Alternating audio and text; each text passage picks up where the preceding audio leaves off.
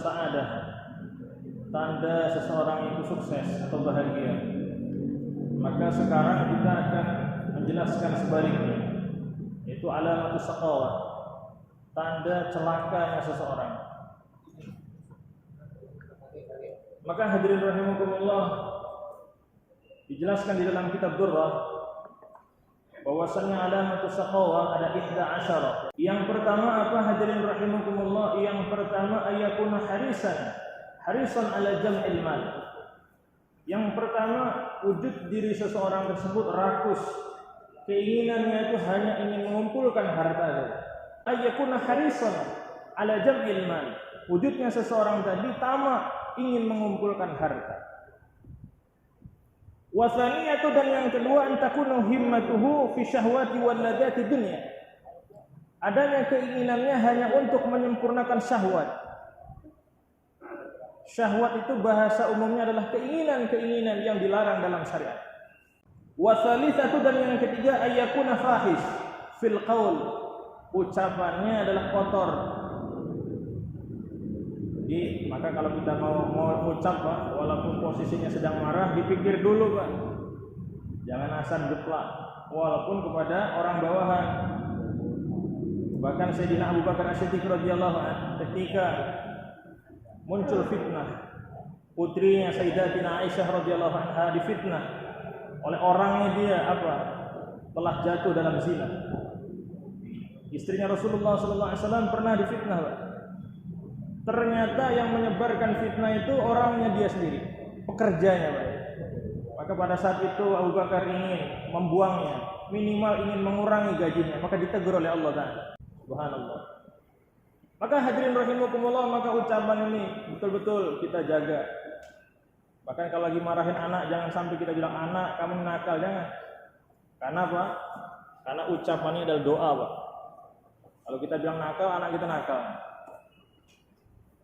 Kalau saya marah sama anak kamu ini, nak, nanti jadi orang sukses. Jadi sambil marah bilangnya, kamu ini kalau main kayak gitu terus, nanti kamu jadi anak soleh. Jadi ucapan ini adalah doa. Karena doanya orang tua ini apa, Pak? Makbul. Apalagi lagi dongkol, lagi marah. Kalau kita bilang anak kita goblok, maka jadi goblok. Maka yang nyesal siapa?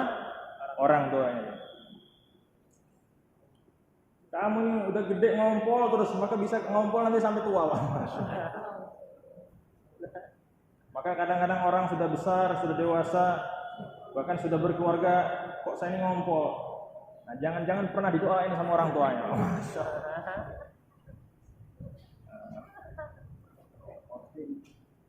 Maka kalau ngedoain yang baik, kamu ini masya Allah kencing sekarang, besok enggak lagi.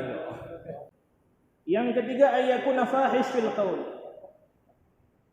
Dia selalu berkata kotor dan jorok. Wa muktsaran lil ghibah, dan banyak membicarakan keburukan orang lain. Ghibah.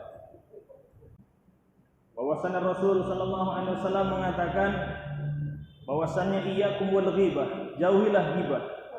Fa innahu thalathul afat, karena sesungguhnya di dalam ghibah ada 3 afat, ada 3 bahaya. Yang pertama, insyaallah kalau tidak lupa, yang pertama menyebabkan doa kita tidak sampai kepada Allah. Ini yang pertamanya itu seram, Pak. Artinya walaupun kita punya tirakat, selawatnya setiap hari 7.000, supaya apa? Utangnya lunas, masya Allah. Tidak salah-salah, tapi gibahnya jojong, maka hajatnya nggak diselesaikan sama Allah. Yang kedua apa hadirin rahimakumullah, ke afat daripada ghibah 283. Yang kedua apa kata Rasul sallallahu alaihi wasallam? Yang kedua adalah la tuqbalu lahul hasanat, kebaikan yang dia jalankan tidak akan sampai kepada Allah. Kita sedang ngaji, kita sedang apa saja, sedekah dan lain-lain, artinya tetap dicatat oleh malaikat raqib. Tapi kemungkinan besar tidak akan sampai kepada Allah sebagai khair, sebagai kebaikan.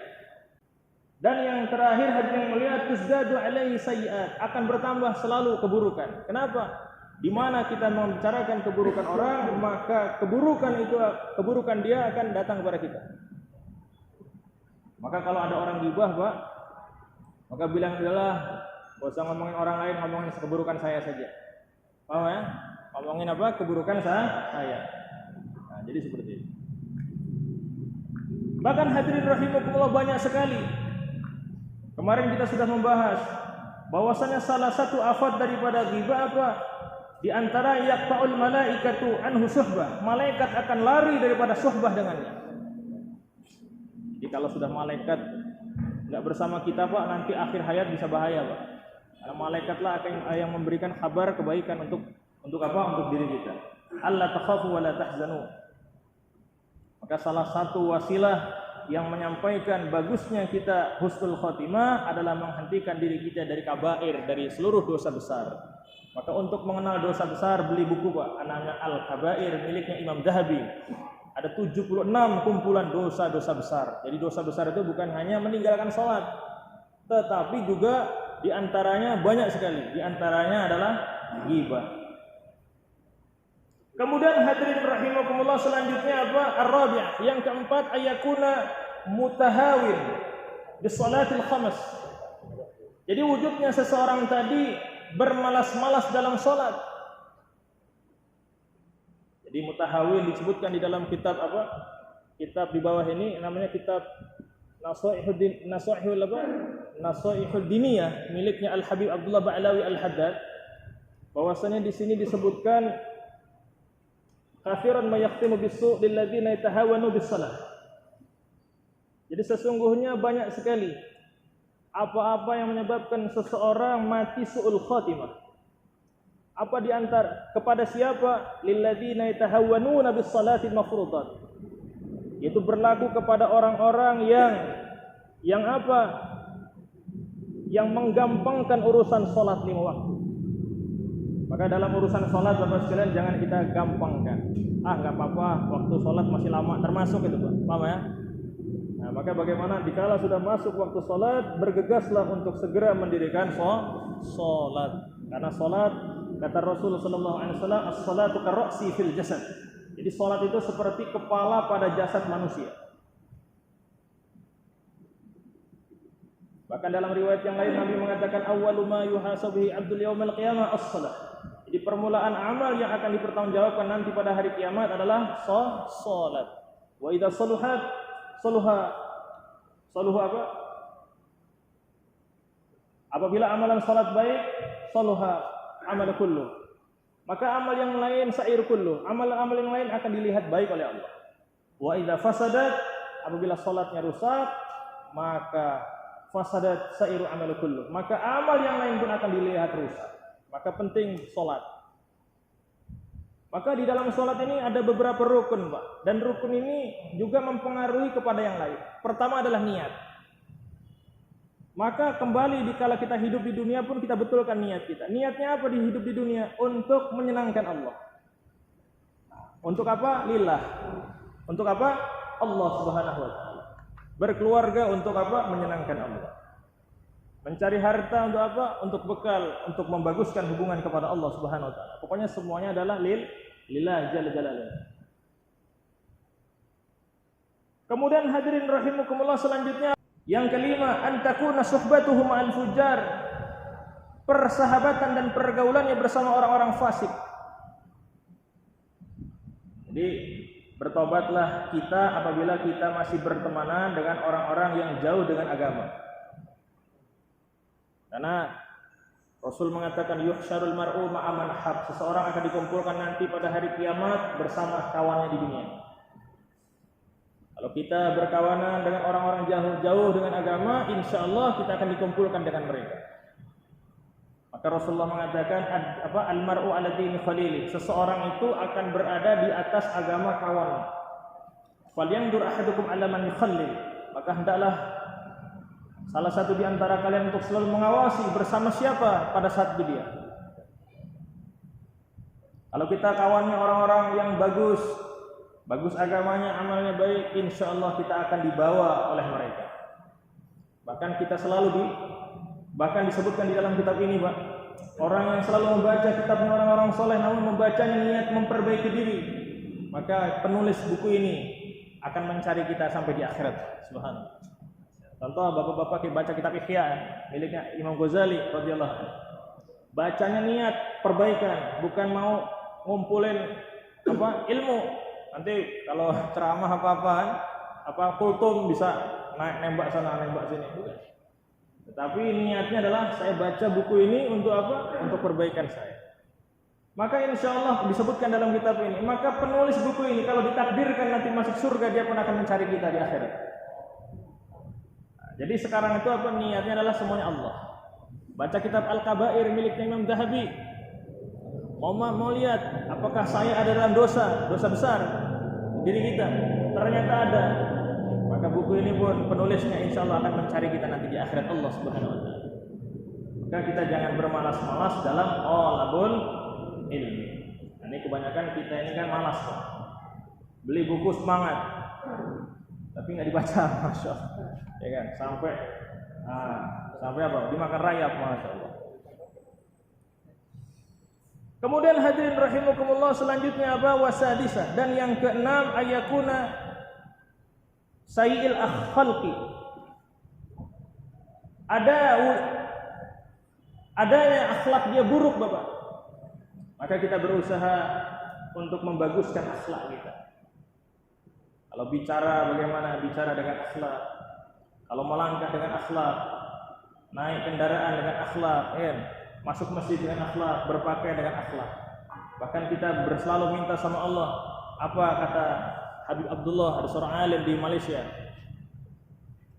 Beliau ini salah satu pernah belajar dulu sama Syekh In'amul Hasan rahimahullah. Dia juga habaib. Saya pernah ketemu dengan beliau. Habib Muhammad bin Mustafa. Abdullah bin Mustafa.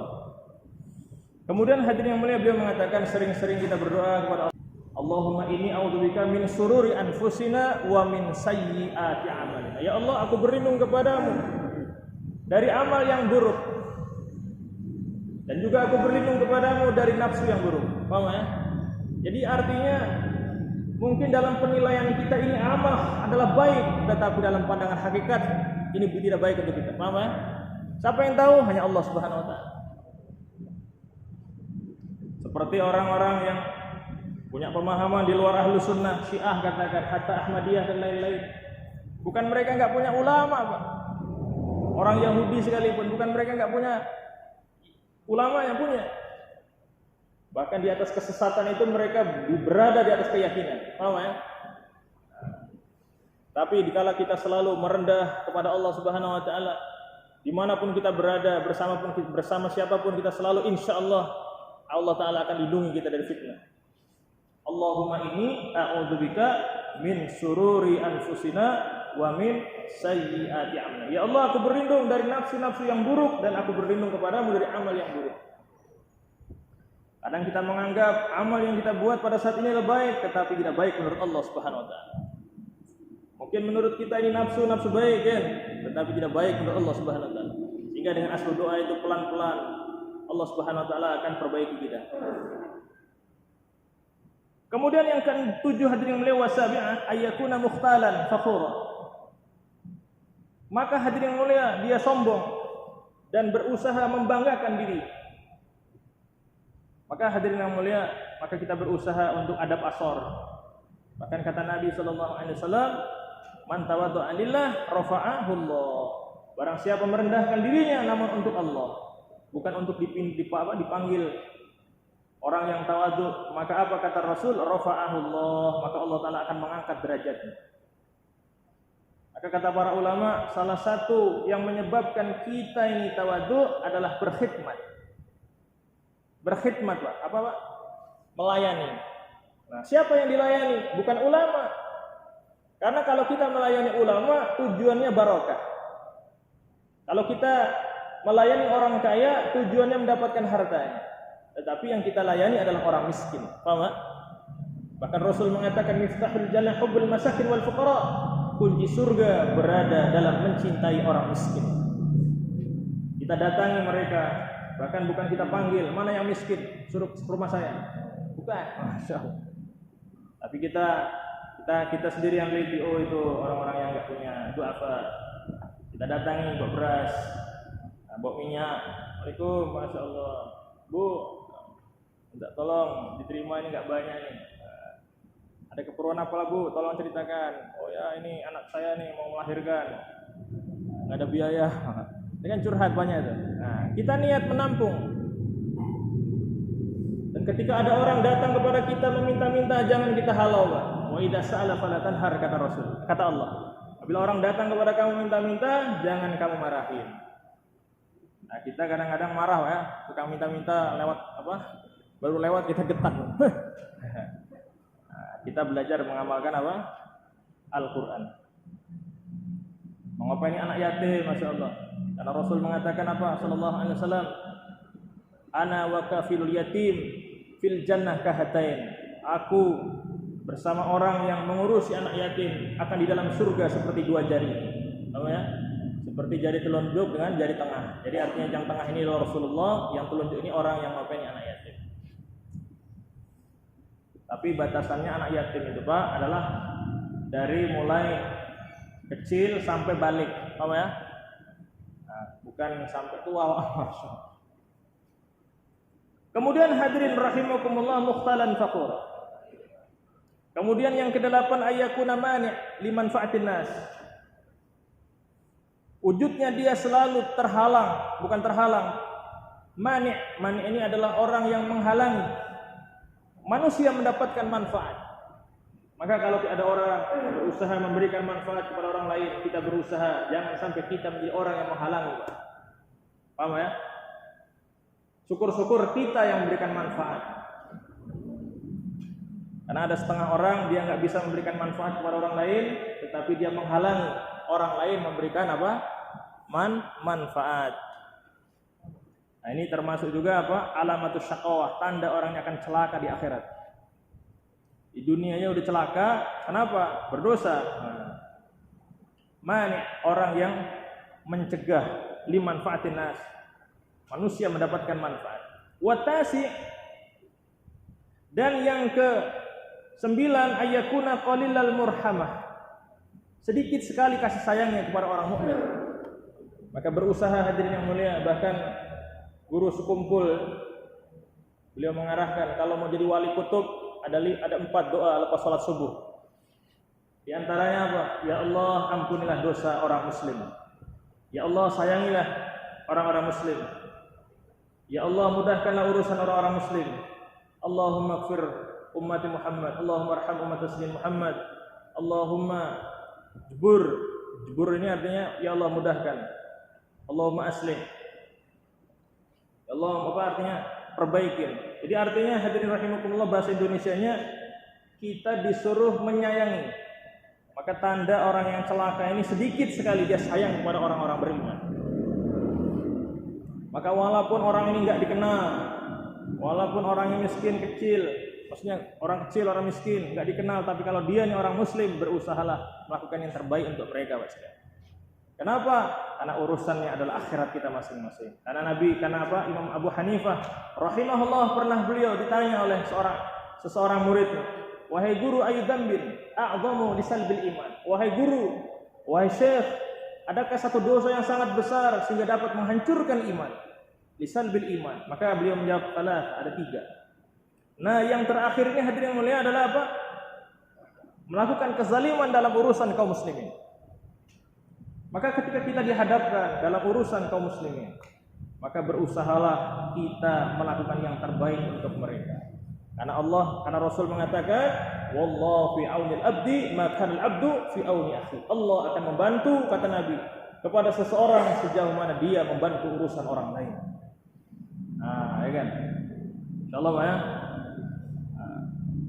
Kemudian hadirin rahimakumullah, di sini diteruskan lagi. Yang keberapa? Yang ke-10. Ayyakuna bakhil. Wujud dirinya ini pelit.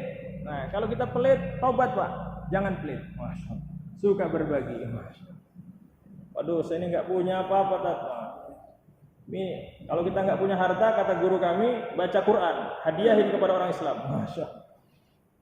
Ada satu orang, Pak, punya utang banyak. Maka disuruh sedekah ekstrim. Saya kan ikut grup itu. Waduh, dia curhat, saya nggak punya apa-apa Pak, saya punyanya cuma utang aja. Jadi punya duit tapi punyanya utang maksudnya. Jadi nggak ada. Maka dia bilang, kamu siap nggak baca Quran mulai jam 12 sampai suruk, sampai isrok. Kalau bisa ditargetin minimal 12 juz, masya. Terus dihadiahin kepada orang muslim. Jadi artinya di situ ada pelajaran Pak. Kalau kita nggak punya apa-apa, kita buat kebaikan, tapi jangan untuk sendiri, untuk orang Islam. Karena Rasul juga ketika berkorban bukan hanya untuk dia Pak, untuk apa? Bismillahirrahmanirrahim. Jadi di situ pelajaran, sekalipun berkorban, bukan hanya kurban. Bapak tadi baca Yasin, mungkin kan sebelum apa? Sebelum maghrib. Bahkan kalau kami sering membaca amalan para habaib itu, orang-orang soleh dari kalangan auli Ba'lawi, dia bilang dalam doanya, saya sedikit pernah membaca kitab itu, Allahumma ya Allah taqabbal wa awsil thawaba ma qara'na minal Qur'an ila hadratin nabi wa ahlul bait wa ila jamil awliya wa ila abi wa ummi. Jadi artinya ya Allah, apa yang kami barusan baca sampaikanlah kepada Nabi Muhammad sallallahu alaihi wasallam dan kepada seluruh ahlul bait. Artinya seluruh keluarganya Nabi Muhammad dan kepada seluruh orang-orang soleh dan seluruh orang-orang Islam dan kepada ayah saya, kepada ibu saya. Nah, jadi di situ Pak, itu pun Bapak mungkin kalau ada surat Yasin ya, nah, Bapak nanti bisa tengok. Nah, di situ pun ada. Jadi di situ bukan hanya ketika kita sedang tahlilan, tetapi kita buat juga, dan itu tidak mengurangi kebaikan Bapak yang barusan Bapak buat. Contoh Bapak tadi salat maghrib berjamaah, terusin salat ba'diyah, Bapak doa, boleh ya Allah, apa yang saya barusan buat penuh dengan kekurangan, ya Allah ampunkan dosa saya, berikanlah kepada Nabi Muhammad sallallahu alaihi wasallam, berikan kepada ahlul bait, berikan kepada orang-orang ini. Kalau nggak bisa ya pokoknya itu, artinya itu contohnya Pak.